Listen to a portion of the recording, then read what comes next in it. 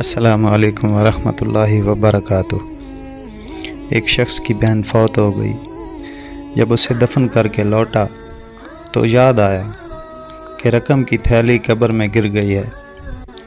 चुनाचे कब्रिस्तान आकर थैली निकालने के लिए उसने अपनी बहन की कब्र खोद डाली। एक दिल दहला देने वाला मंजर उसके सामने था। उसने देखा कि बहन की कब्र में आग के शोले भड़क रहे हैं। चुनाचे उसने यूं त्यों कब्र पर मिट्टी डाली और सदमे से चूर चूर रोता हुआ माँ के पास आया और पूछा, प्यारी अम्मी जान, मेरी बहन के अमाल कैसे थे? वो बोली, बेटा क्यों पूछते हो? अर्ज़ की, मैंने अपनी बहन की कब्र में आग के शोले भड़कते हुए देखे हैं।